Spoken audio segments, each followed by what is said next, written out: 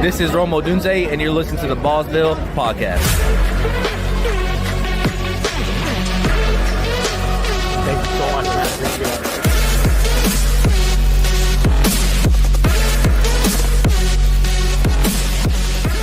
And now, your host of the Ballsville Game Podcast, Scott Fitzgerald.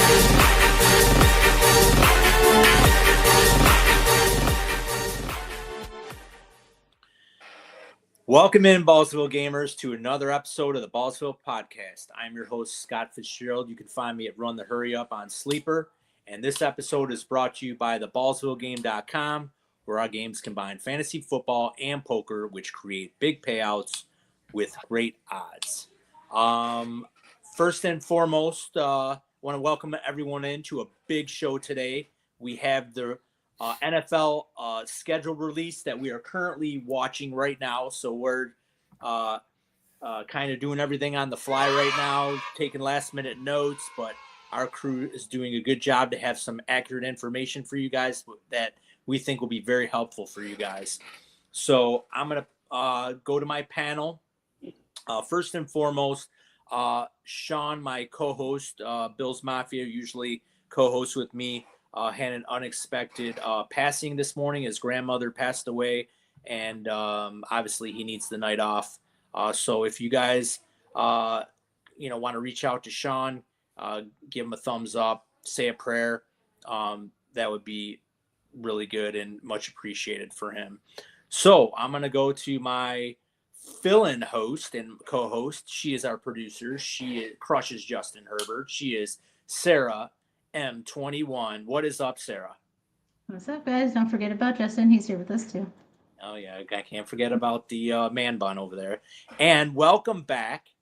He's our good old boy from West Texas. He is our Ballsville 2024 Player of the Year and our rookie analyst. We can't wait to see some of his rookie stuff.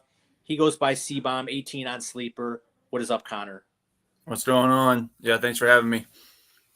And real quick, I want to welcome in, we got Cyborg in the chat, popping in like always. Sorry for cussing. Welcome on in. We got Tennessee Nick, super active in our Ballsville community. We got Jimbo's Bimbos, my big brother, sniping the pod like always. There goes Zoobs. Zoobs is in, man of the Wild Frontier up north. And we got Degenerate Ethan, who changed his name from HTX Ethan to Degenerate Ethan, who's very active in our community. And in the background, we may have a special guest appearance later by our El Presidente, Alex. I also want to give a shout out to Soul Sleeper. Is it Soul Sleeper she goes by? Alex's wife? Soul Stealer? Soul Stealer. That's what it is. Well, she'll be soul sleeping tomorrow when she goes under the knife. She has a hernia surgery. We want to wish her the best and throw out some prayers. Good luck. So, good. We wish you the best on that one, Soul Sleeper. So, Steeler.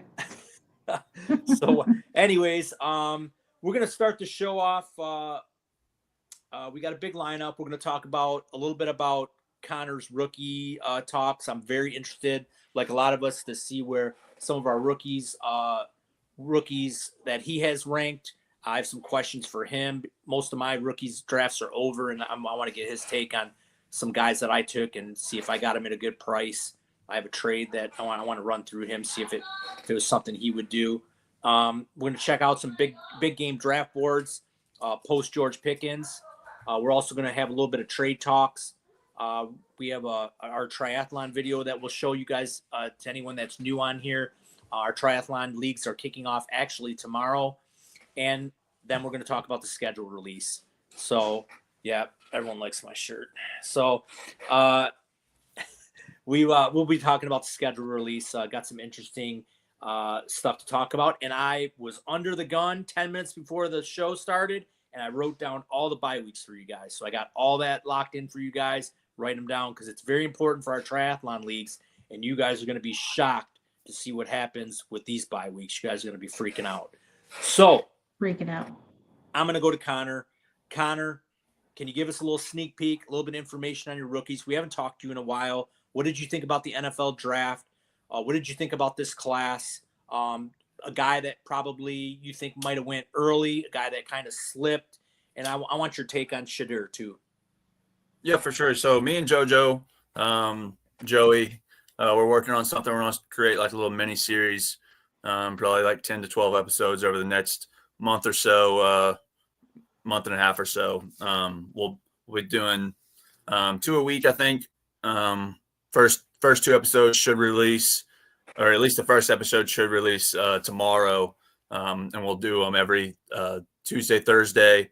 They'll just drop about the same time, probably about 7 p.m. Central Time, or we haven't really discussed the time exactly, but probably right around there, probably about your dinner time every Tuesday, Thursday. They'll be about 20 minutes, 15 minutes a piece. You'll be able to watch, 1, 2 of them whenever, you don't have to watch them in order or anything. The first one will be 1 through 12, our rookie rankings, 1 through 12. And then our second one will be 13 through 24. So it'll be 2 rounds basically of your mock drafts or your rookie drafts. And then we'll go into, after that, we'll go into specific player profiles. We'll talk a little bit about QBs and running backs and wide receivers and all that good stuff. And then we'll have some other information. We'll do maybe a mock draft or 2, just, quick, 10-minute mock draft, just to have a little bit more content. And then we'll see where it goes from there. See if people still want it. Maybe we'll merge into some redraft rookie stuff, maybe some more dynasty rookie stuff like that. But yeah, that's what we have planned for coming up. Hopefully, like I said, hopefully we get the first episode out tomorrow. If not, it'll be Tuesday next week for sure. And then every other Tuesday, Thursday will be an episode. So awesome. We'll definitely look forward to checking that stuff out for the rookie drafts. And before I get to a few questions for Connor, we're at like 191 subscribers on YouTube. I want to get north of 200. So if you guys haven't yet, please smash that subscribe button for us. Get us over 200. We want to make a real push this year with the viewership. So I know a lot of people probably come in and haven't subscribed yet, but that'll really help out the channel. And also leave comments in there, stuff you like and don't like about the pod that can help us improve for your viewership.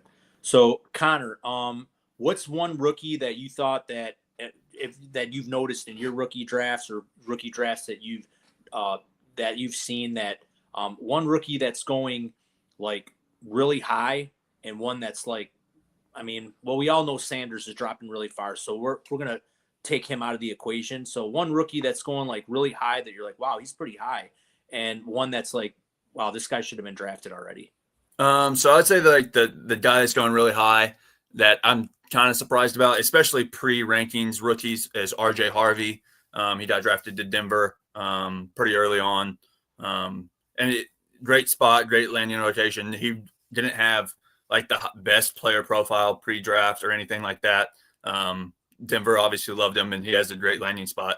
So I've seen him go as early as like the 1.6, maybe even the 1.5, which is really high. I like taking him early, round 2. I think 201, 202, if you can get him there, is like one of a great spot to get him at. Going too low, I think either of the tight ends should be going. I think both of them should be going top 12, but I've seen some of them slip to 2.5, 2.4. I'm talking about Loveland and Warren, obviously. Some of those guys I think are top 12 talents. Both got first round draft capital. Your tight end position has already been rough. You really have been, picking scraping the bottom of the barrel for tight ends for the last 2, maybe even 3 years. And I think these guys just have the talent to produce year 1 and forward. So I think they should be going top 12 every mock draft you have, every rookie draft you have. Especially Warren. I think he was one of my favorite players pre-draft. I still have him. I have him ranked higher than JoJo, as we'll see. JoJo doesn't have him as high as me. He has Loveland a little bit higher than me, but I think we both have him right around top 12. So those are the 2 guys I would say.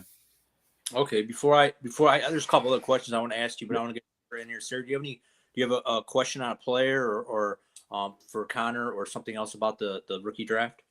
Yeah. So even though I do feel like you were saying about Harvey, I definitely see him going after Hampton, Judkins, and Henderson. He seems to be the next one going, and it's usually in the first. Do you think that he could be able to do like what? Not that he's the same type of player as A-Chain, but like do what he did, where everyone was like, no, A-Chain's too small. He's not going to do this or that. But I was still taking him at like 111, 110, 112 because I thought he was going to, like in Harvey's situation. Do you think he can do that? Like prove that he's going to be worth a first round pick, or do you think that he's just not good enough and that Estime is going to get more of those looks? No, I think he's going to be a player that's going to get work for sure. I think like I said, A-Chain at least had, I went to A&M. I went to A&M with A-Chain. I had classes with A-Chain. He had a great profile besides his size outside of college. He ran basically a really fast 40, sub 4.3, I think. He was a track star. All that, his injuries is what's really kept him down. But not to get off topic of Harvey. I just don't think should be going to the 1-6. I think he should be going late round one. I think he should be going, 110, 111, 112. Personally, I think he should be going about the 201. 201, 202. So, but I just don't see him as a top 6 talent in this draft. I think the top 6 in this is pretty solid to me. So that makes sense. And one more question. Yeah. What do you think of Higgins? And do you think that he might be in a better position than Golden, even though Golden might be the better wide receiver? So you're talking about Jaden Higgins, correct? Yes. Sorry. Yeah. So I really like that landing spot, especially because Dell is going to be, out. Basically, he's out. Probably going to be out for the season this year. And then you have Kirk. I think is going to slide right into that slot. So they really need 2 outside guys. I think Higgins is really going to slide into that well. Golden, just to touch on the other player you mentioned, I'm not a huge fan of Golden. I've taken him once out of 15, rookie drafts. He was never a player I was drafting pre-draft or after draft. I think we're going to touch on it. Me and JoJo are going to touch on it a little bit, but that wide receiver core is just a bunch of wide receiver 2s, and I'm not sure he's the difference maker there anymore. But he did get round 1. He got round 1 draft capital, correct? Yeah. So he might, you got to take some variety of your draft. So I took him once or twice, but yeah.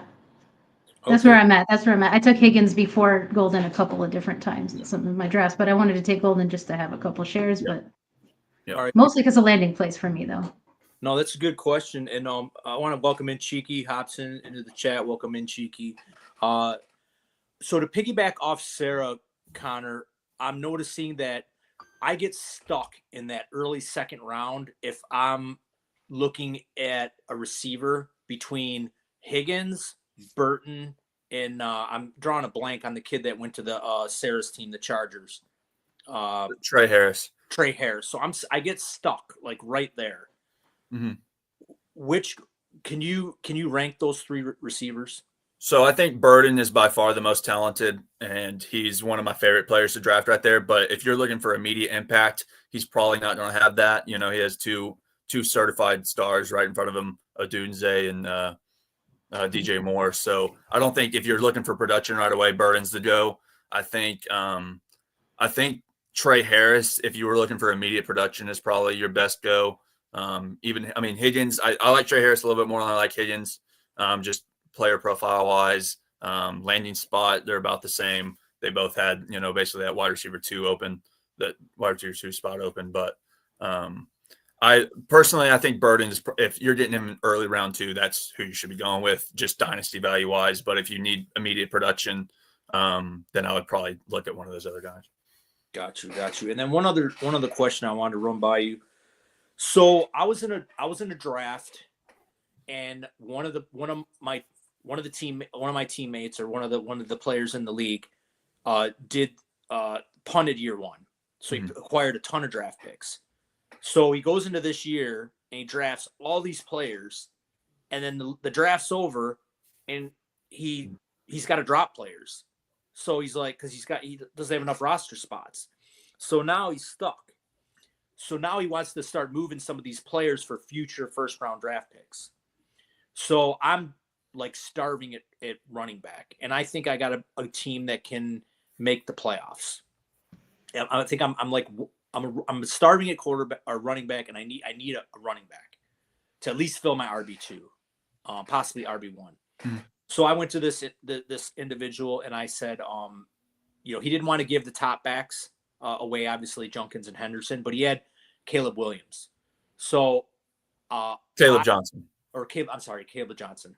So I offered my 26 first and took Caleb Johnson, and he slides right into my starting lineup. Do you like that? Do you not like that? I mean, what's your value on Caleb Johnson? Yeah, I love that deal. I love, if Harvey falls into the second doing the same thing.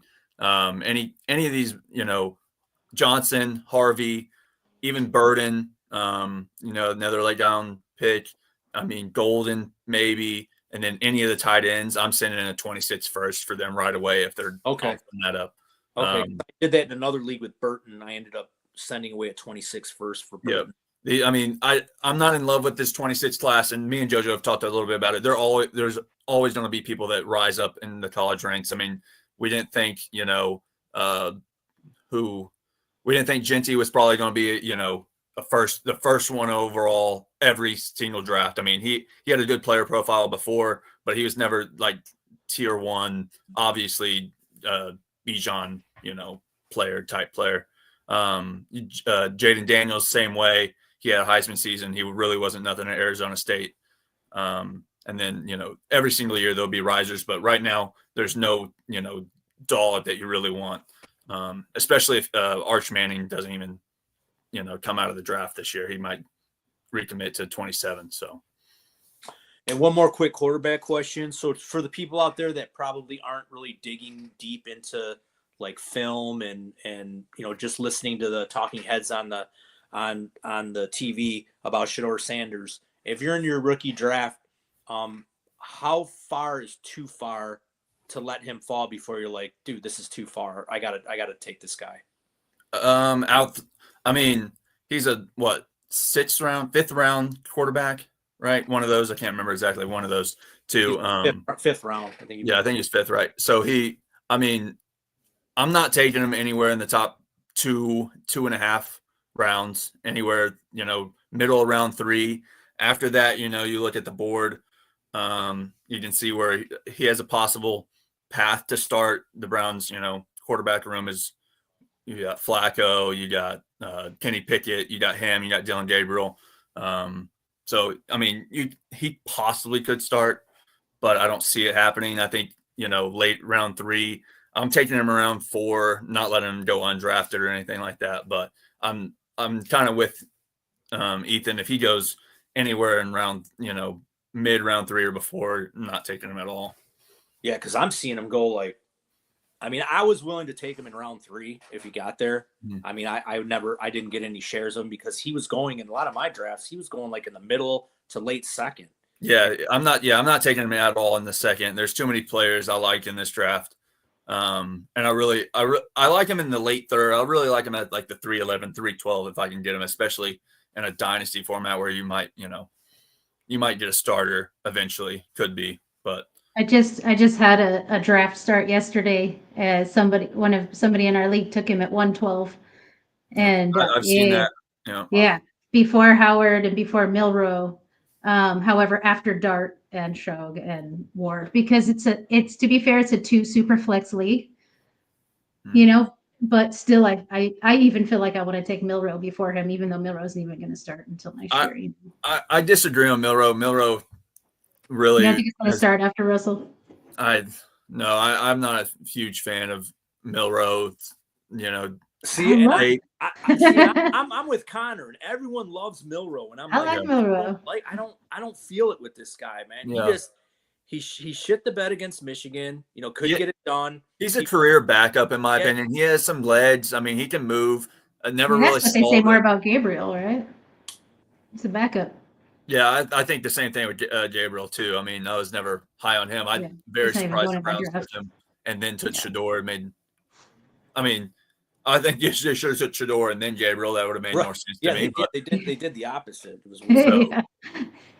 They must have had something planned with him already. And I'm not a huge fan of Shu, however you say his name. Shog. So yeah, I don't know. However you say his name, I'm not a huge fan of his player profile either. I mean, nobody really, had him ranked anywhere in the top 5 QBs of this draft class, but he has the perfect spot to start. So if you can get a starting QB It's in better than round 3, Rattler, right? yeah, exactly. If you can get a starting QB in round 3 of rookie drafts, you better eat that up all day. So Yeah. So Yeah, for sure. all right. Well, that's our rookie talk, and definitely look for Connor and JoJo's work on YouTube. Look for it on the ballsvillegame.com website. We're definitely going to be adding a lot of content in the next month. Now that training camp's going to be starting, so definitely look for that for their work. It's that they go in depth with everything. They do a great job. They're good young minds. So definitely look for their work. So thank you very much, Connor and JoJo. So now we're going to get into a little bit of information. So Derrick Henry signed a 2-year extension today. So if you got Derrick Henry in Dynasty, I guess you just ride him till he dies at that point. And then we talked a little bit about George Pickens last week in the trade over to Dallas. So obviously that's going to affect George Pickens. It's not going to affect CeeDee Lamb, but it's going to affect DK Metcalf. So I think we have a board from our big game that's post George Pickens. So we're going to see if there was any movement with George Pickens and DK Metcalf. Can you guys see this board a little bit better than me? yeah, I can see it. Okay, whereabouts is Pickens? Pickens is at the 802 to Pilger. I see him. Okay.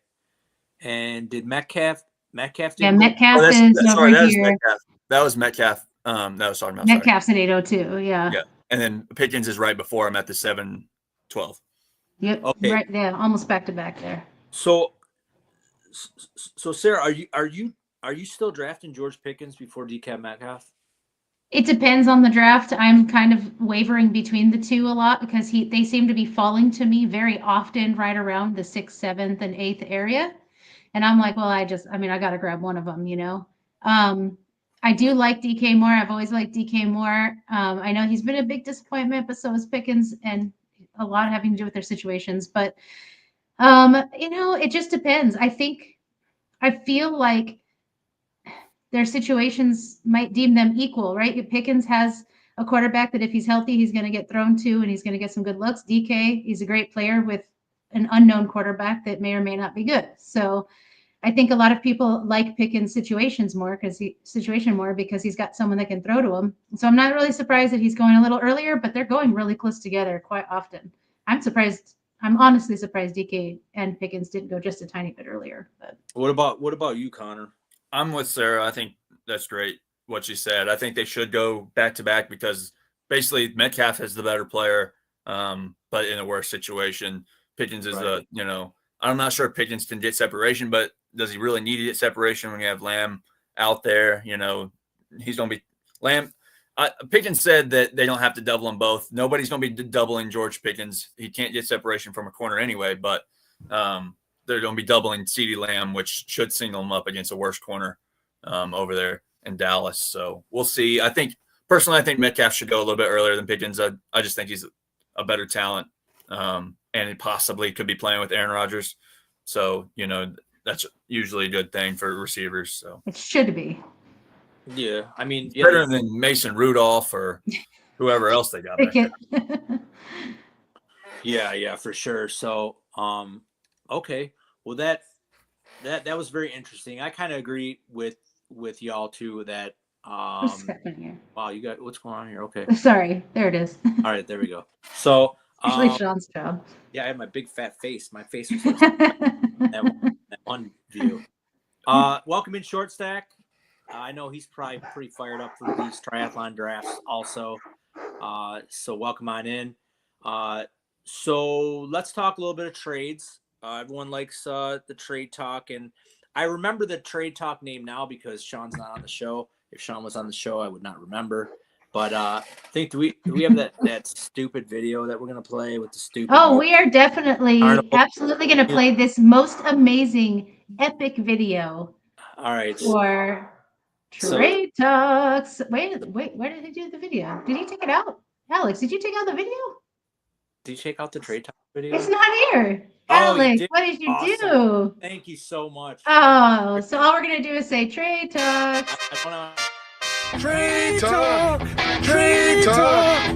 Ballsville is excellent!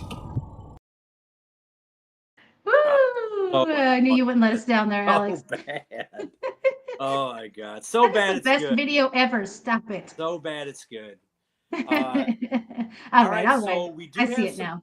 We do have some trades to talk about. One Yes. we've been grilled at for 2 weeks now, saying that we didn't talk about his trade.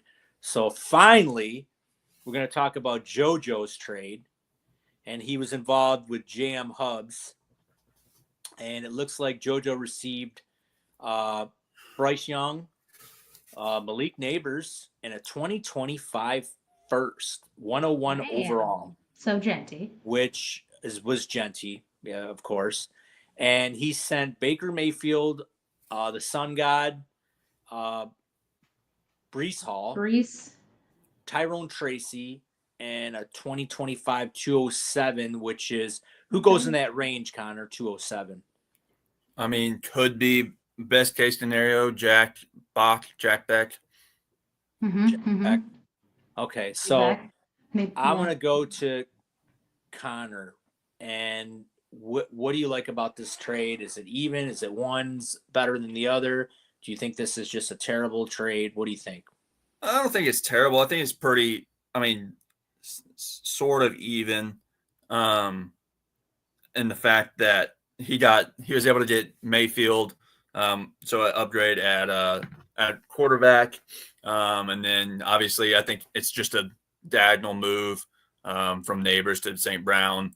He gets Hall, Tracy, which is kind of a backup now. And then I think I saw JoJo's comment where he moved the 207 and the 201 for Dak Prescott. So he basically, out of this deal, was able to make another deal and get him another starting quarterback. So I don't know who it's JM Hubs, right? Yeah. So I kind of like James Hubs' side of this deal just a little bit more, just from the fact that he had a little bit more, to work with after that. But, JoJo got younger. He was able to get Genty, who's going to be, in that Gibbs range. So a little bit, higher than what Hall's going now. Neighbors a little bit younger than St. Brown, although it's diagonal. And then Young, who, is quite a bit younger than Mayfield, could have had a great end of the year last year, could potentially, keep that up. So I like the little bit of a risk on JoJo's side, taking a little bit unknown assets and Young and Genty, but I think it's pretty even. I would lean with the 207, 207 in the movie made to get Dak like that. So JM Hubs made the move to get Dak. Yes, so he moved the 207 that he got from JoJo, and then apparently his 201 that he already had to get Dak. So, Okay. Sarah, what about you? Yeah, I'm surprised he moved the 201. I've seen Scatabo go around that area, and I would assume that he would want to try and get him with Tracy. But I definitely like the side that gives me 3 really high-end players with Mayfield, St. Brown, and Brees. Doesn't mean I don't like the side with Neighbors and Genty, and I actually like Bryce Young and hope that he gets better and better since he was getting better last year. I just really. I have my own an unpopular dislike of taking a running back at 101 in general. Even if it is an amazing, look, Brees was 101, and look what happened. You know what I mean? So it's you just never know. So I like trading the 101. I like J Hub's side there because he got some really nice pieces out of it. But I do think that it's pretty even. I just want to clarify one thing.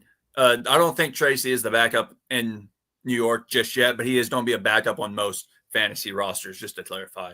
He's not going to be a starter. Yeah, and that's why I'm if he's trying to get Scatabo somewhere, it makes sense, to go ahead and throw Tracy in the mix just to try and have that handcuff, but who knows? Yeah, I think it's like a 1A, 1B. I don't think there's going to be a clear starter there. Scatabo is going to be your dirty back there. Yeah. Okay. So I look at this deal and I kind of look at it in a little bit different of a way. If I'm in JoJo's seat right now, and I'm assuming he's trying to get younger, maybe he's rebuilding, but I haven't seen a more polarizing player that everybody wants in a while at the 101.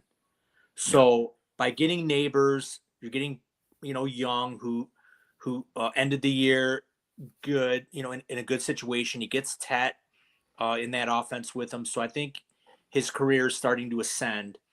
But what JoJo, instead of just go ahead and smashing Genty, which I'm pretty sure JoJo's going to do, imagine the haul he could get by dealing that 101.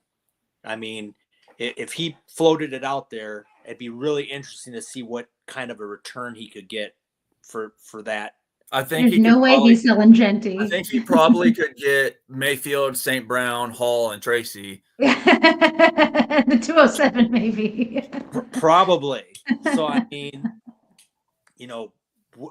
obviously you'd want to take all them players back, for the 101. I mean, I would. But maybe he could get, would you trade what do you think you could snag for Genty? Like Bijan plus? No, you're not. I think Genty is probably let me see. I think he's probably around a little bit and probably in between in my rankings, Neighbors and St. Brown. I think Neighbors is around 13. I think Genty's about 14 and St. Brown's about whatever I said after that. So I think Bijan and them are a little bit further, but I think Genty, if you can get Bijan straight up, you should do that. If you can get Gibbs straight up, you should do that. And then Genty is probably running back 3. Got you. Yeah, he's going third in most startups for sure. For running back, I mean. So, yeah, I think I would still stay with JoJo's, but it's so slight. I mean, I like the return that JM Hubs got, especially that he got to move and get Dak. So, I do like that. But, the 101 is just, how rookie crazy people can get. And you could, maybe fleece someone in a big deal for that 101. So it would just be interesting to see what offers he would get if he floated that 101 out there. So, all right. Well, all right, next. Go, JoJo. It looks like I'm on your side, and Sarah and Connor might be on Sorry about these. It's close though. Not going to see us. You don't need to see us. Okay, this one is Should be able to go two right. Ballsville greats. We have Jay Morris 410, and we got my big brother Jimbo's Bimbos, and it looks like Jimbo sent over Sam Laporta, and he got in return Dalton Kincaid, Jalen Royals, and Tank Bigsby. I'll start off with Sarah. So you've obviously Kincaid didn't do as much as everybody thought he was going to do. I think we have a lot of people that are hopeful he's going to do some more. I really like Bigsby. I didn't at first, and then when I saw what he could do and that they kind of liked him a little bit more than Etienne. I know Etienne was nursing some injuries. I do think Bigsby's going to keep a big role. So I really like him. I also think Royals, even though I'm not a fan of any KC wide receivers because Pat throws to so many people, I actually like Royals. So I'm going to take that side with Kincaid, Bigsby, and Royals because I think there's a lot of potential. And I'm going to say that the trade is not too shabby. I would probably, on the Laporta side, I probably would have maybe asked for maybe like a second or something with that, or maybe a third or something like that. Got you. What about you, Connor? I'm gonna have to disagree with Sarah on this one. I think it's Laporta, and it's not particularly close based on their value right now. He's probably tight end 3 right now. Maybe, I think he was tight end 3, maybe 4, possibly, and Kincaid's all the way down. Tight end 15, 16, 17 down there, getting drafted. So I'm taking Laporta and I'm running with it. If I'm Jay Morris, I really like this. Sorry, it's Jimbo's. I think you probably should have got picks instead of those Bigsby and Royals. I think you probably should have got a second or maybe even a first with Kincaid there. I like Laporta for this deal. Connor, are you worried at all about losing Ben Johnson and acquiring Johnny Morton? I'm not. I mean, I'm just talking about market value on Laporta. I'm not really like if you probably can go sell Laporta right now for a first or 2 firsts maybe.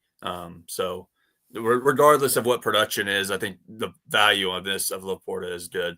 But I'm not too worried about that offense at all.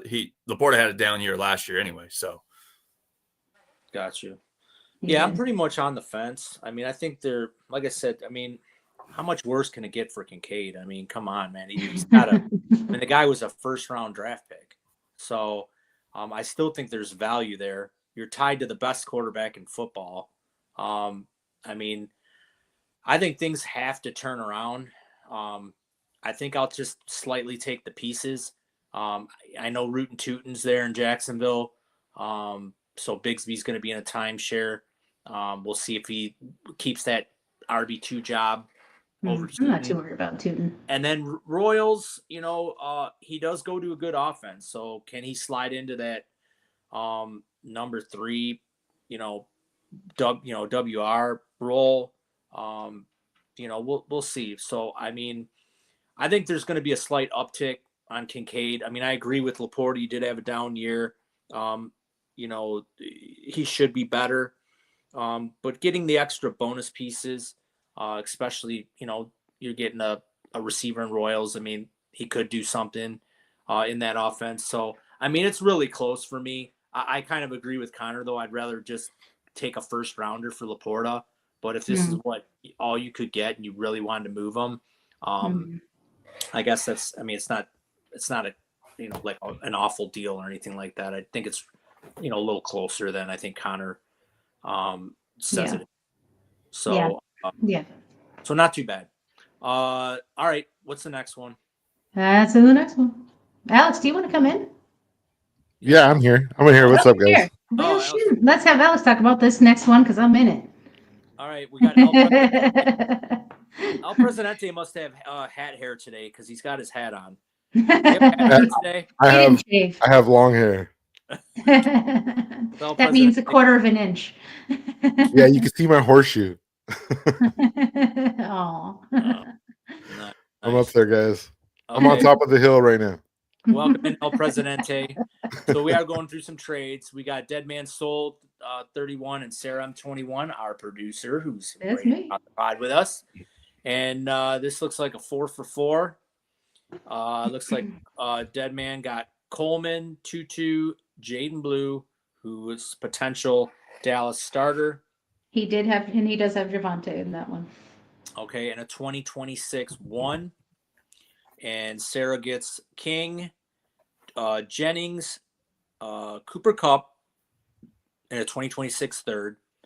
I'll go to Alex. Alex, do you need more time to digest this? Should I go to Connor or go to me. Oh, all right. Yeah, let's go ahead, Connor. I'm pulling up the league right now so we can see the I roster. don't know if this is good or bad. I love it because I made almost the exact same trade in another league. Really? I made almost it. For my side? Yeah, for your side, Sarah. I I love sent it. a 26 first and Najee Harris and got Henry and Kupp. Nice. Basically very similar deals. You got rid of Coleman and got Jennings back. That's pretty mute. I like that. I like Jennings a little bit more. So yeah, I really like this deal, especially because obviously you're probably competing. And he's definitely rebuilding. Yeah, I really like this deal a lot because I think, especially with the Henry little extension he got today, that's great. And then I see Kupp as a pretty good, if he stays healthy, still a tier 2 or wide receiver 2 player. Yeah, I like him. What about you, Alex?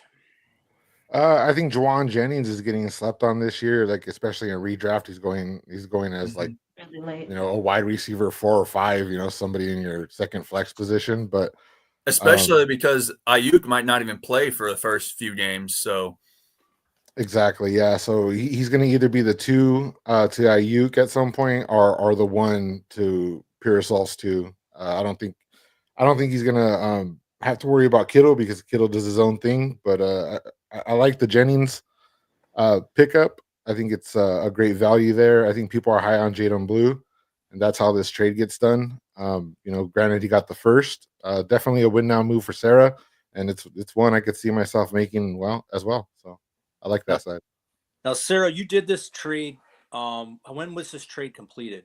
10 10 days days, ago. 10 days ago? Okay. Oh, I see it now. 10 days ago. And this was an orphan I picked up for my Ballsville crew here this league. So I didn't draft this team at all, but Oh, never mind. it I was- hate this deal. This deal sucks. I'm winning this league. I'm winning this league. Pack your bag, Sarah. So This- the reason why you guys watch the Ballsville podcast every week is because we have analysts on here that have the brains of Nostradamus. Because Sarah knew that King Henry was going to get this extension, and she also knew that the 49ers have the easiest 2025 schedule. I just knew it. So she was able to snag Juwan Jennings and Derrick Henry and Cooper Kupp for a little throw-in. So this is a smash deal. Love it, Sarah. Go on and win a championship. Thank No. you. And to be fair, I don't think Dead Man got gypped at all because he's looking good with Blue and Javante.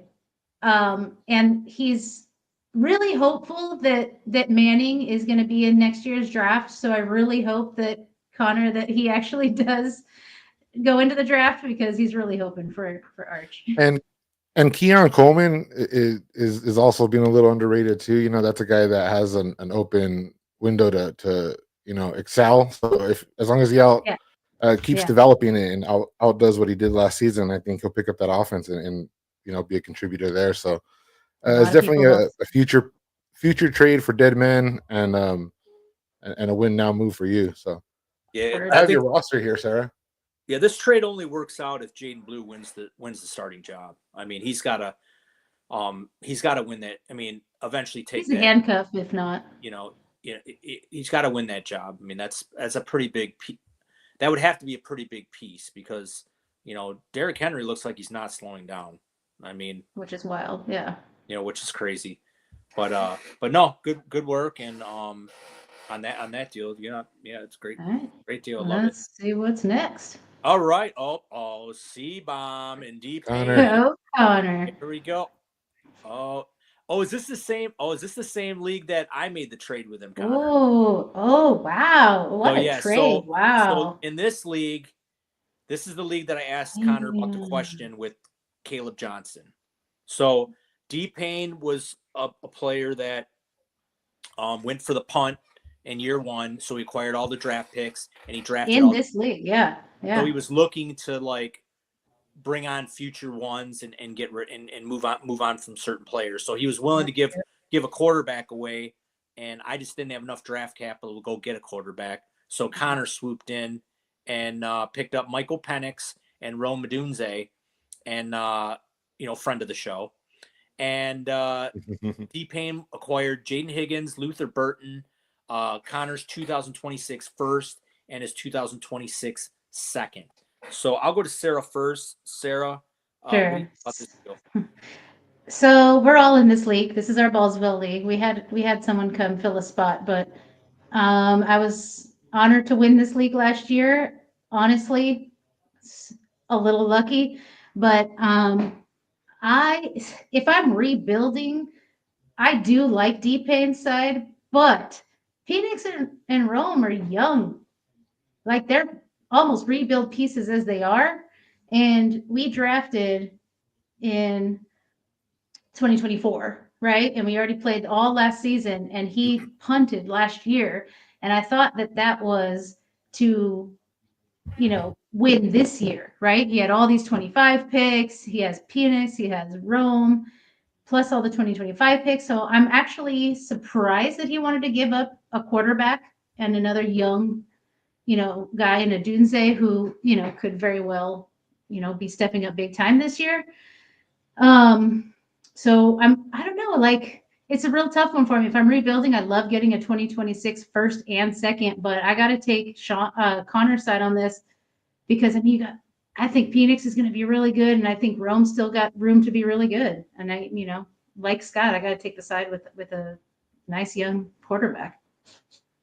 Yeah, so I look at this and this is why when you do the punt strategy, it can't be a full punt. You can't just acquire all these picks, pick all these guys, and then the next year you got all these picks again and picking all these guys, and now look what happens. You got to start kicking the can down the road and start acquiring future picks and all you can get rid of now, because all you have Youngsters. guys is young guys. Yeah. So does he get a couple, pretty good stud or possibly future stud receivers in Burton and Higgins? Yeah, and he gets a couple picks. I've seen Connor's team; it should finish in the playoffs. But what I like about Connor's deal is he got, and like I always say, young quarterbacks. The easiest way to acquire them are in your startup draft, and they're so hard to trade for. And he was able to get a young quarterback. And even though Penix, I think, is 24, 25, he's still young for a quarterback. Yeah, absolutely. Yeah, totally. And Rome's still young. Is he punting this year too? I'm just confused on why he got rid of Penix. Or does he have a ton of quarterbacks? Well, he had like 4 quarterbacks. He's got like 5 running backs, and that's why I was able to get Caleb Johnson from him. So he's got my first round pick for next year. But the thing is, he's not trading away it's not like he's trading away like older players that are like winning. Yeah. Trading young talent that he drafted last year. So he's just kicking he has 3 quarterbacks. Are you looking at it too? Yeah, but look, Gabriel, Dart, Ward are his 3 backups, and Gabriel's probably going to be a backup forever. Dart's not going to start this year. Ward is basically his 3rd quarterback, and then he's got Bo Nix and Bryce Young. So I am still surprised to see him give up Penix with those quarterbacks. I wouldn't be trading any young quarterbacks if you're a rebuilder or if you're like starting young and trying to grow your team. The last. I like Connor's side because if you look at this retroactively, it's you're getting Penix for a first, the 203 or 204 wherever Higgins went, and a future second. So 1-2-2 for a starting quarterback. Throwing the ball to London and maybe Pitts if he can emerge, and whatever Bijan gets to the air is coming from Penix. So definitely like your side, Connor. Yeah, D Payne's going to get. He's going to be in the, I'm pretty sure he's going to be in the Archie Manning, lottery next year. So he's probably like, I can just pick up a quarterback next year. So, which will probably, could be better than Penix, so I'm not saying I don't like. For sure. D Payne's side. I like his side. D Payne has some really nice pieces for sure. But how much longer are you going to keep kicking the can down the road before you start, if you're going to do a punt year 1, you better be like competing year 3. So he already has 3 firsts. He, like you said, he has yours, he has Connor's, he has his own. He has 4 young quarterbacks, all arrows pointed up. He's got Janty, Henderson as his running backs with Trey Benson, Blake Corum. So he has pieces. None of these pieces scream win now. They're all kind of developmental, and he's putting himself in a position where he could take over the league in a couple years. And I just want to give a shout out to our structure because I think it's the Ballsville players that know that their dynasty leagues aren't going to fold and they can do this kind of thing. That's right. Long game, baby. Long game. No, but these are also, Alex, these are also, what do we call them? They're when the league starts over, like if you win 2 championships and then the league starts. They're Empire. Yeah. What are they called again? Empire. If someone wins more than once. So these are Empire. So the only downfall for that then is if somebody stacks their team and they win 2 championships, everything just that's very true. Goes to waste. That's very true. It's not just winning your league. So you can win your league, and if you win it twice, like that's not unheard of. I've had people do that, but you also have to make the podium. So you have to be top 3 from all the leagues, and that right there is something that's the complicated 2 part. times in a row. Got you. Okay. Yes. So if you look on the website, we actually have in our Hall of Fame, we have last year's Dragons, and it's like P. Grote. I forget the other 2. Jerry's on there, but these are the top 3 in the Dragons. So if they make that podium again, their league resets. And in a situation like this, where D Payne's doing this sort of method, and he never makes them move to compete, takes pieces away from a championship roster, he's allowing that roster to dominate the game 2 years in a row. If the league allows that, then that league will reset. Yeah. Gotcha. And I wonder too, because he traded Rome with Burden, and I wonder if he thinks Burden is gonna somehow overthrow Rome. Could be. They both have the same kind of open window Mhm. to step in and take that role, unless DJ Moore is going to be out, and it's both of them. Yeah, I mean, he's got a contract, a nice one. So just the so we'll roll into our, since we were talking about Dynasty, we'll go into like our game recaps like we do every game recaps, like, or updates like we do every week. So There is one more trade if you wanted to. Oh, look there's at one that. more trade. Okay. There's one more. Yeah, Okay, one yeah, last go ahead. one. I didn't know if we had. Yes, this is all right, this is this wild ass one. All right, so we have Jerry B 83. We also have Podium. White Knight 1988. Both a lot of, I've seen them in a lot of our leagues. It looks like Jerry B acquires Russ Wilson, Jackson Dart, Quentin Johnson, Jaden Higgins, Jalen Noel, so a couple Cyclones, 2026 second, and White Knight receives Dak Prescott and Joe Mixon. So we will start with Connor. I don't think we started with Connor yet. What do you think, Connor? This is in the Goku. See there? Thinking? Oh, Connor, we might have you muted or something. Oh, there you go. Connor, did you hear that? No. Can't hear you, but you're not. He's not muted though. Oh, okay. You know what? Very weird. Very weird. All right, we'll go to Sarah. Sarah, you ready? Okay, sure. Yeah, I was actually really interested in what Connor was going to say though. So, yeah, this is interesting. At first, I was like, "Oh man, I really like all those pieces," but now that I'm looking at it, I'm like, it's almost even to me. Look, I know that Connor doesn't like Dart a whole lot. I do. I think Russell and Dart combo is pretty nice. And it's a good, it's like, I think that like, Russell and Dart could be a good, switch off for Dak. And then for Mixon, there is no quarterback on Jerry's side. So I'm assuming Jerry is good running backs on Jerry's side. So I'm assuming he's good on running backs. That's why he was willing to trade Mixon for like a big haul here. Look, I know I'm a Chargers fan. Okay. So I always hold out hope for all my guys. I don't think QJ's done for or anything. I do think he's probably going to get mostly replaced by Harris, but I think that they still like him or they're going to trade him. And that's fine. And he might end up on a team where he does nothing or something. I really couldn't tell you for sure. But as long as he's on the Chargers, I think that I know Herbert likes him. So, not that he's going to be like a top dog or anything, but Noel, I'm kind of like, I don't know. I already, Higgins is already there. So we got 2 Houston rookies. I don't think Noel's better than Higgins. I don't think he's going to get as much as Higgins. So I'm not even taking Noel in most of my drafts. But the second, so I'm looking at it as like Russell, Dart, Higgins, a second and a third. And QJ and Noel is kind of these question marks. And then Prescott and Mixon. They're ancillary pieces, and I'm looking at Jerry's roster in this league, and his wide receivers are thin. He's got A.J. Brown, Marvin Harrison, and then his wide receiver 3 is Ricky Pearsall. He did draft Tet, but he's starting nice. Tet and Trey Harris in the flex. So I think his philosophy was kind of coming to. He's got Harris too. Okay, so he's got QJ and Harris. He's got Higgins and Noel, and then he's got Tet. So he's got two combos on the same team there. Yeah, and I think he's got like he's kind of spreading his wealth here. It seems. I really don't like getting rid of Dak because he is starting Russell Wilson. It looks like in his super flex spot. So I'd rather have Dak there if you're going to try to make a move. But Jerry's a vet and he knows what he's doing. He's the guy we just mentioned that's on the podium for the Dragons. This is the Heroes.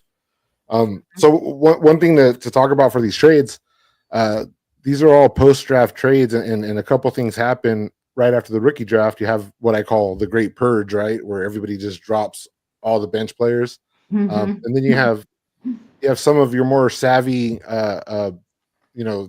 milk every little advantage type of players, and I wouldn't be opposed to a move like this for White Knight, where he just kind of uses all these ancillary pieces and goes and try to get himself some powerhouse talent. I do something similar when I have time. Like I trade like a wide receiver 4 to move my third to a second next year, because I was either going to drop that player anyways or try to get rid of them. So you see a lot of trades like this where it's somebody filling up somebody else's depth, and at the same time they're consolidating their wealth into a couple players like this. So smart moves. I like both sides. I can't say who I like more, but I hate getting rid of future picks, especially seconds. I'll get rid of third and fourths, but with all of that other stuff that he's getting, I might lean a little more towards Jerry's side. But I really like both sides. I think it's a really nice trade. What about you, Connor? I know you're going to Dak's side, aren't you? Can you hear me? Yeah. Yes, now we can hear you. Yay! Okay. I mean, I'm not going to go with the Dak side because I think,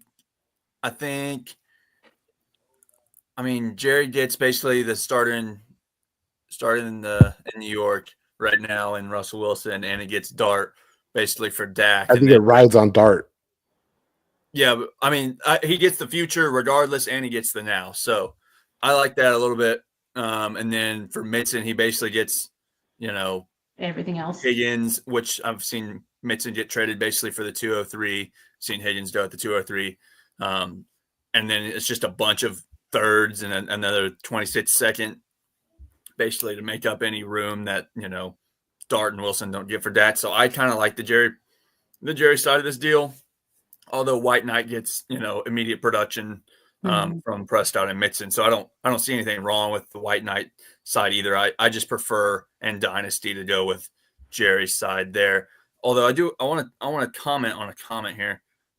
He said, I don't know how this trade is even allowed. I mean, obviously this is not anything to be This worried seems about so much worse. This is collusion or nothing.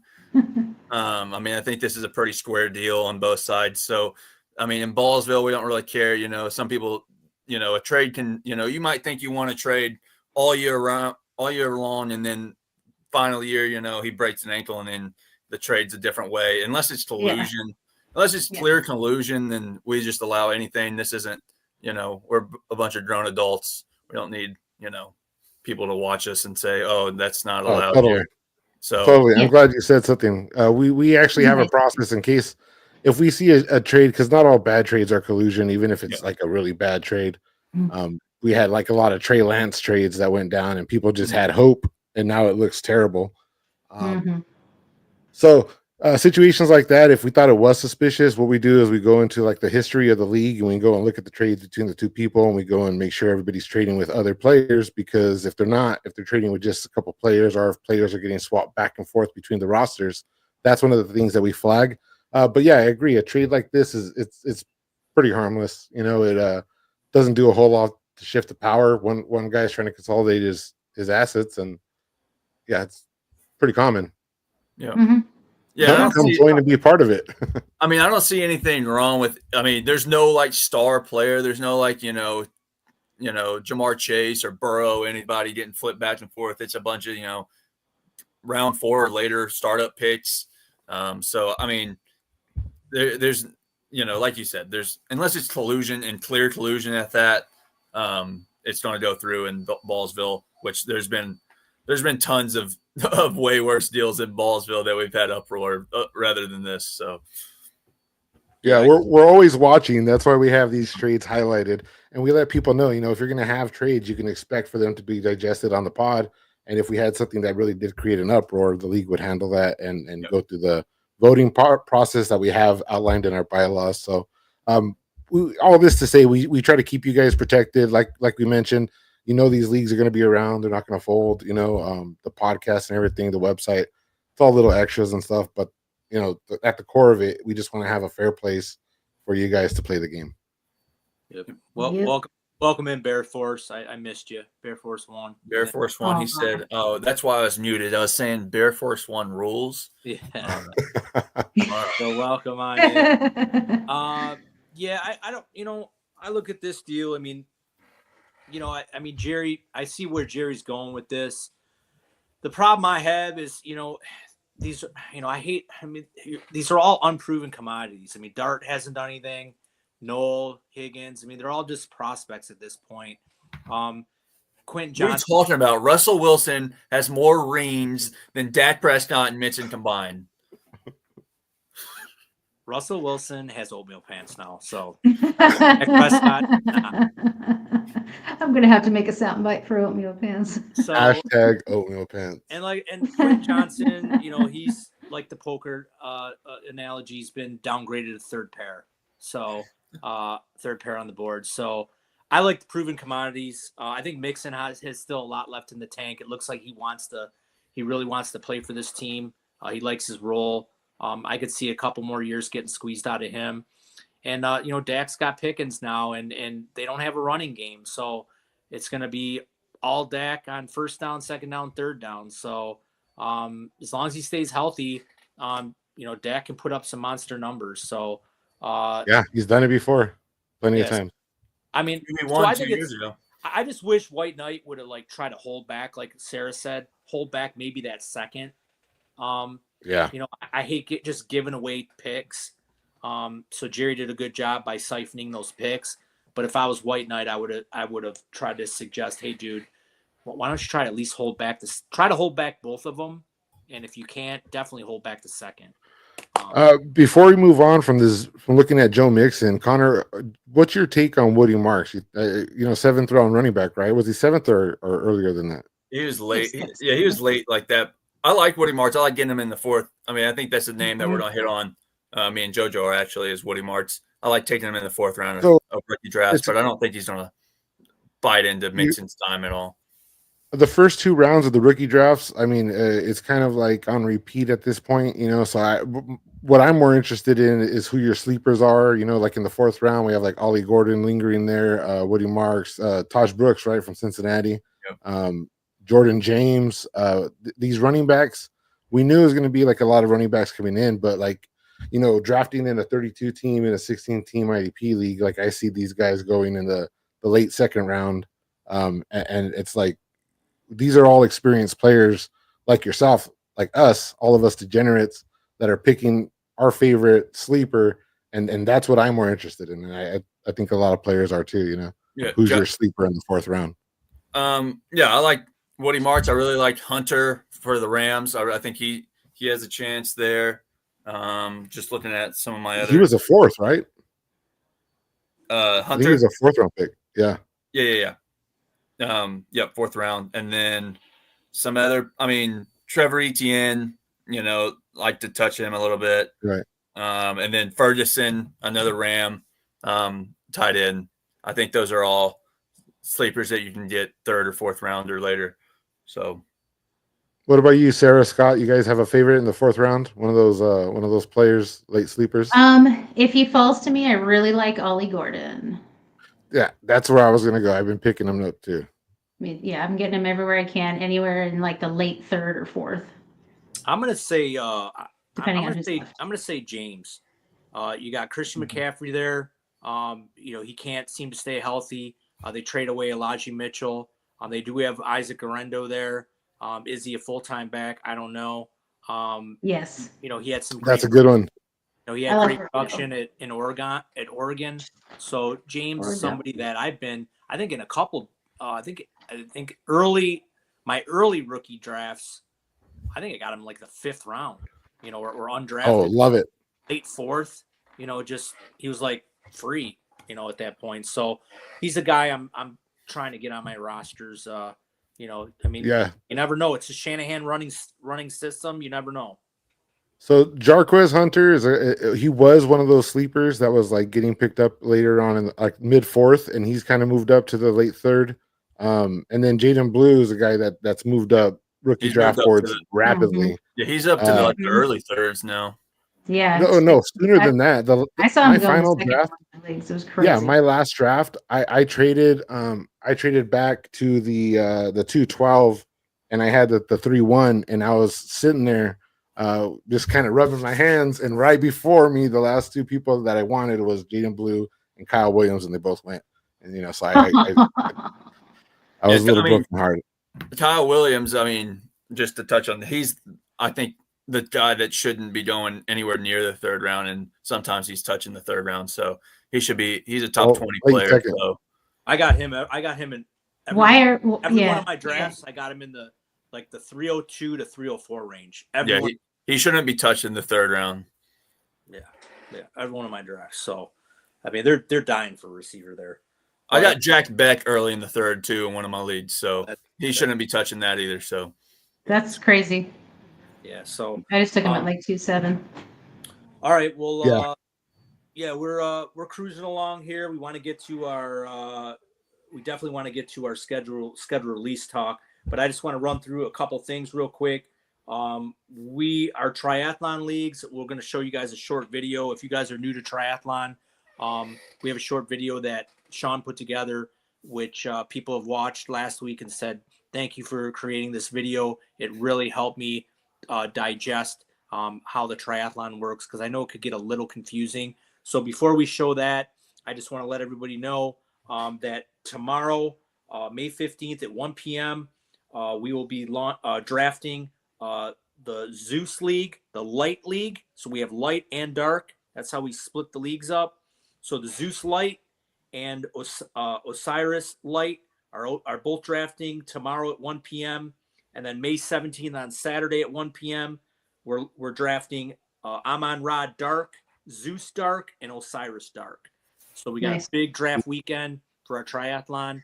So let's run the clip.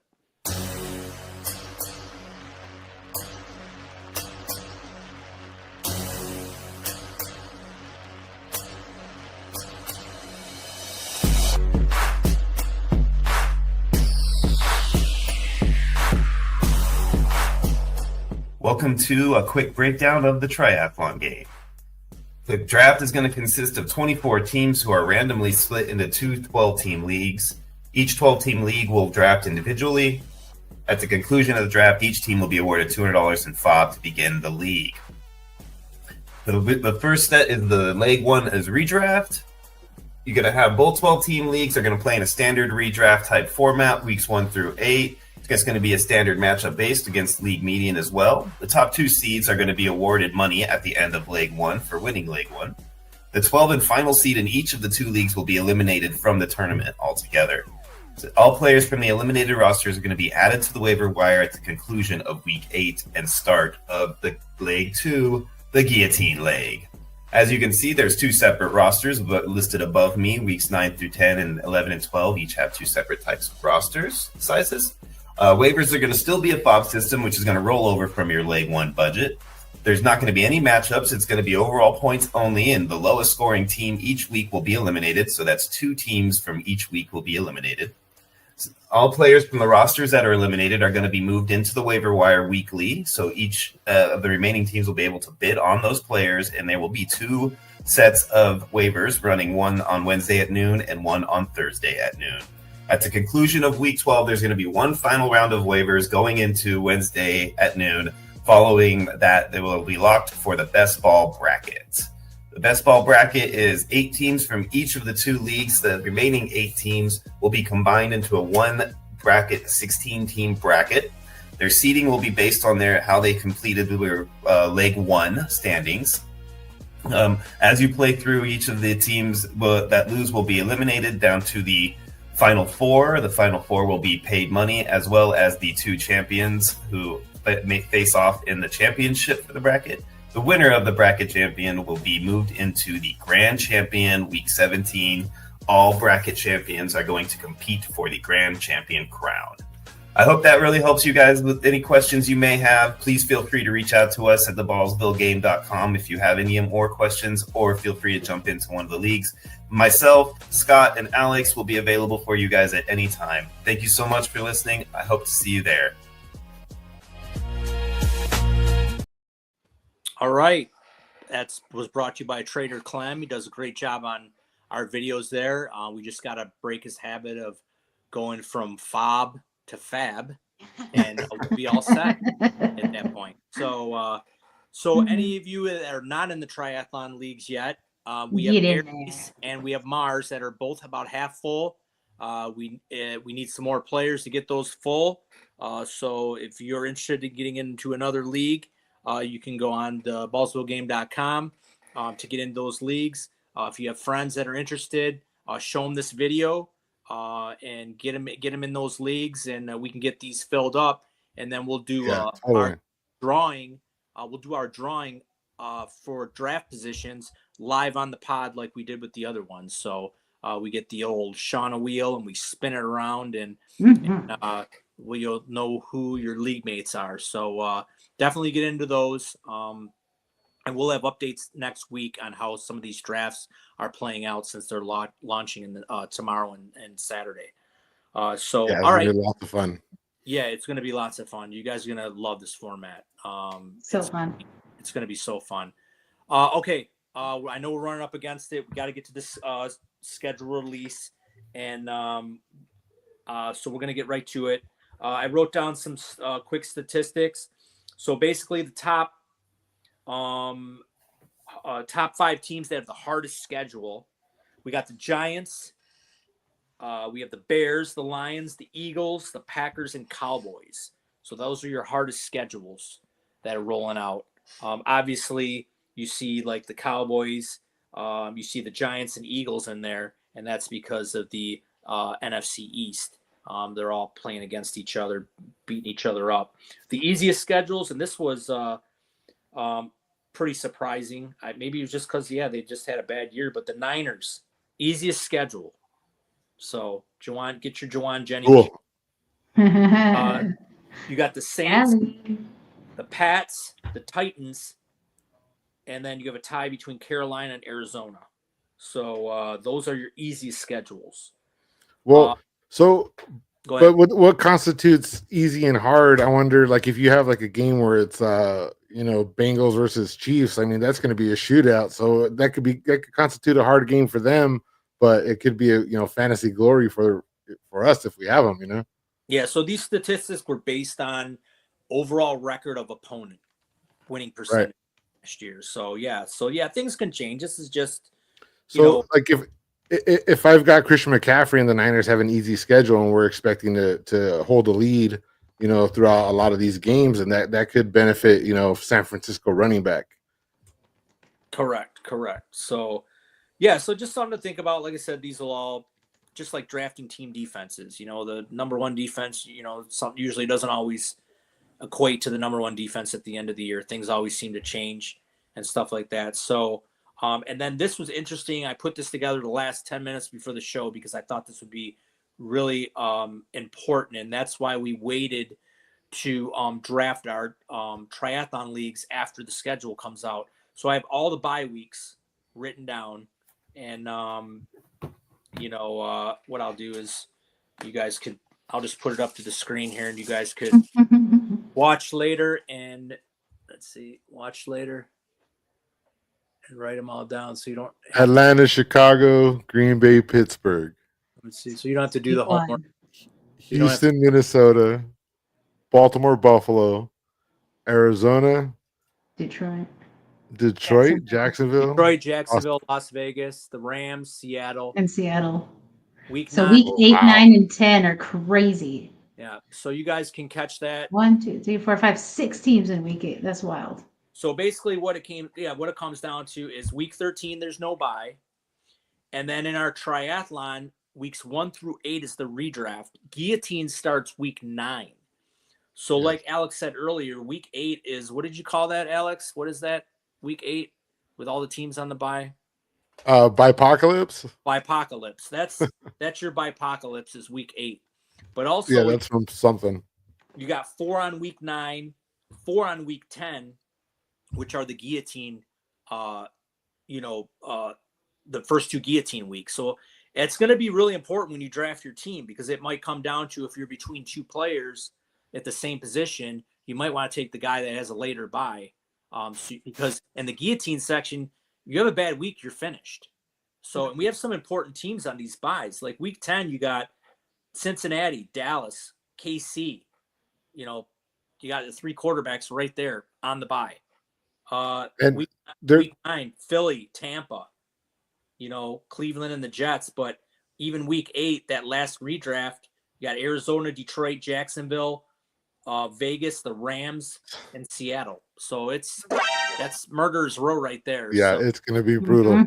it's going to be brutal. So that's why I was adamant about waiting till the schedule came out before we start drafting these teams, because you could really, I mean, you could pretty much lose your season if you didn't draft right because of the bye weeks.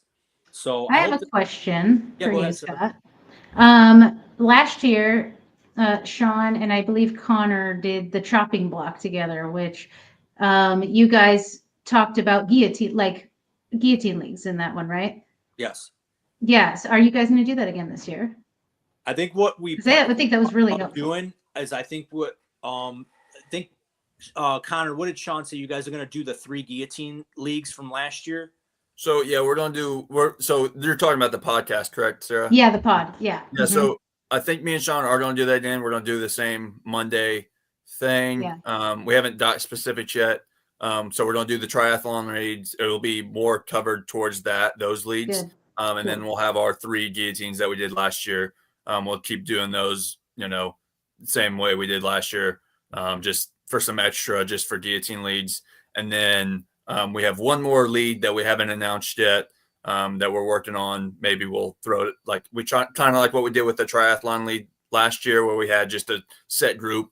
We'll probably try to do that again this year with a game that we're working on. That should be pretty fun.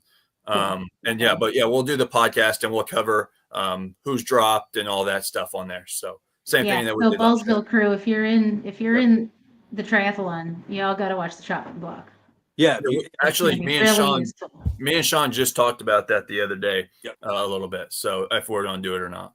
Yeah, so you guys that are in these triathlon leagues, besides tuning into our weekly Wednesday pod, definitely tune into those chopping block YouTube videos, because they're going to be going over these triathlon leagues. So you're going to be mentioned, standings, players dropped. There's always suggestions on who you should pick up. If you've never played guillotine before, those old episodes are still on our YouTube. That we cover rules, we cover bylaws and all that stuff of just guillotine leads, that you can go check out anytime as well. And they're all on there every week. Is on there how people got cut, scores and all that. So the biggest question is, people want to know like what they should bid on these stars when guillotine comes around, and it's very telling, because like if you do have a player that's on bye, a quarterback or something, and you need that quarterback, now you're in desperation mode. But what other rosters are in desperation mode? What are they going to pick? If you go all out and you win that week, now you're kind of stripped for the next week. So there's the good part about guillotine is there's huge strategy involved. And for our triathlon, if you dominate in redraft, you do win a $30 prize going into the guillotine week. So you can dominate in redraft and still get outed, but you'll walk away with your $30 prize at least. Yeah. Right. Dang it, I forgot what I was gonna say. But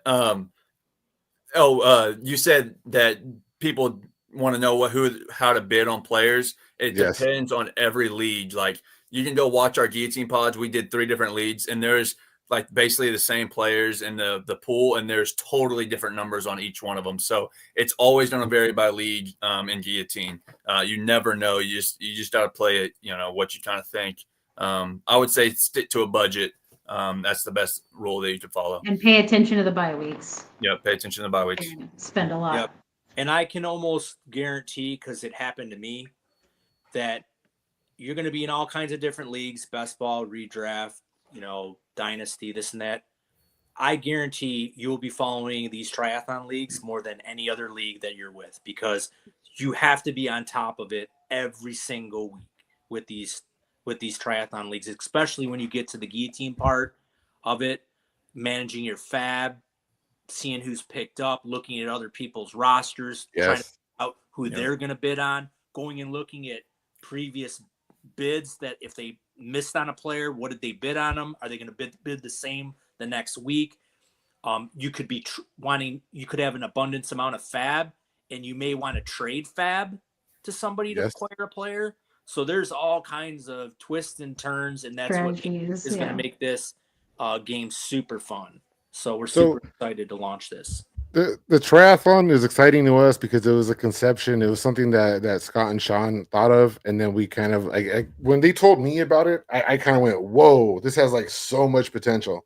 And then for us at Ballsville, if you're in the mini leagues, our whole philosophy there, because that game ends after week 15, because we want to give you time to focus on your fantasy football playoffs, and give your team's attention when it matters the most, especially if you're in our leagues with no trade deadline until you clinch playoffs.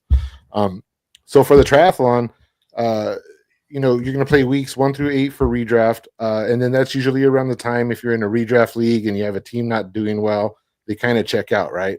And then what happens, somebody gets free wins, and then their road to the playoffs is much easier than yours. So we're mitigating that by switching over to the guillotine portion of that. Those teams that checked out, doesn't really matter. They're going to get eliminated, and you're going to keep that competition level up. And then when we start week 13, there's going to be another bonus for the guillotine portion, the number one team points.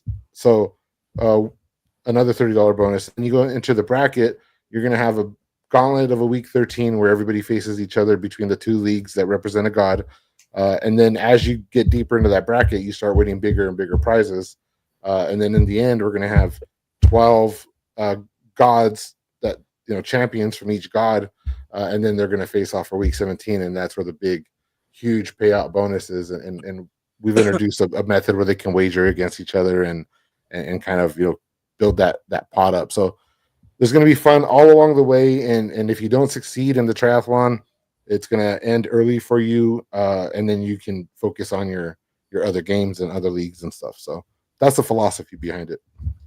Yep. And I missed some players in the chat. We got Jenny B, welcome in. We also have Luke McAllister, welcome in, Luke. And then Jen Conrad. She's a newbie. That's my wife. Oh, hi. Oh, hi. She's coming in to say hi. Oh, awesome. Aw. Thought she We was love mad. Sarah here. Thought she was mad we didn't say her name. She said, "Oh, okay, bye." Oh, No. we'll meet you in Vegas, Jen. We'll meet you in Vegas. That's Nice, right. yeah. Absolutely.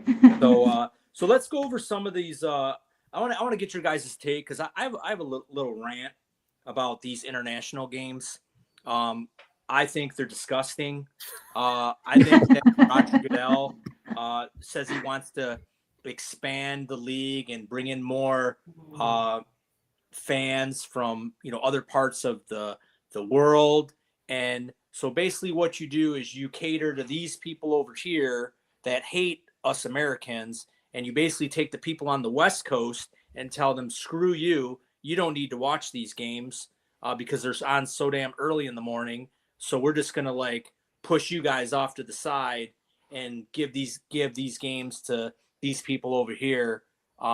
So I don't like these games. There's a reason why you get booed when you come out onto the stage during the draft, because people don't like you. They don't like the direction you're, going with the NFL. I mean, I don't like you groping the players when they're coming out onto the stage. A firm handshake would be nice. You don't have to like grope them and pick them up, and it looks pretty like perverted. So that's my whole take on these international games. I could do without them. So I kind of want to go see what you guys think about these international games. Obviously I know Alex and Sarah probably don't watch them, and I don't know if Connor does at all, but Catch the second half. and then this guy's even talking about potentially having a Super Bowl, out in Europe somewhere, which would be flat out awful. This is our Wait, game. like separate from our Super Bowl, or like the No, the he's talking Super about Bowl? having a host city be a Oh Super no. host of the Super Bowl. Like the Olympics. Yeah. So, I want your guys' take on this. I know everything happens, but I want your guys' take on this. You guys can't like this for fantasy. We always go back to the Alvin Kamara week, which destroyed a lot of fantasy seasons. So, do you guys don't like the direction with these international games? Do you guys care? Especially you guys on the West Coast, it's got to suck for you guys. It Yeah, totally does. I mean, it does. It really sucks. I also don't mind waking up to football. It's not the worst thing in the world. But then again, on the West Coast, we do start at 10 a.m. rather than, 1, like you guys. But it is kind of cool to wake up and be like, oh, football's already on, sweet, or You gotta whatever. wake But up at like 4 in the morning, don't you? that's well, like I said, we'll watch the second half. Jesus. I usually wake up around 6, but I wake up that early. yeah, you do. You wake up at like 4, so Yeah, it's I'm like thick. I don't. It's not. It hasn't affected me that badly fantasy wise. I'm not like to the point where it's like bothering me at all. You don't by think any it's means. perverted? So I don't He is see a perv. anything wrong with a little nice little hug or a love tap, but I don't know. It's. I would just stick my hand out for a handshake. I don't need the grown man sweet pick me up whispering sweet nothings into their ears. It's all good. grabbing me. It's all fist bumps after COVID. Yeah. But, what do you guys think about the holiday games? Like, do you like the Christmas games? I actually like the Christmas games. I don't mind. I'm glad it's on a Thursday this week, man. Last year it was on Wednesday, and it put us in a scramble because it was our championship week, and we had to get all that stuff done between the end of Monday. We had Tuesday basically. On the business Yeah, side so of things, not great. not great for us, but it's on a Thursday this year. First thing I did was go check when's Christmas. When's Christmas? Yeah. So what matchup are you guys? I'll go with Sarah. What matchup are you looking most forward to watch?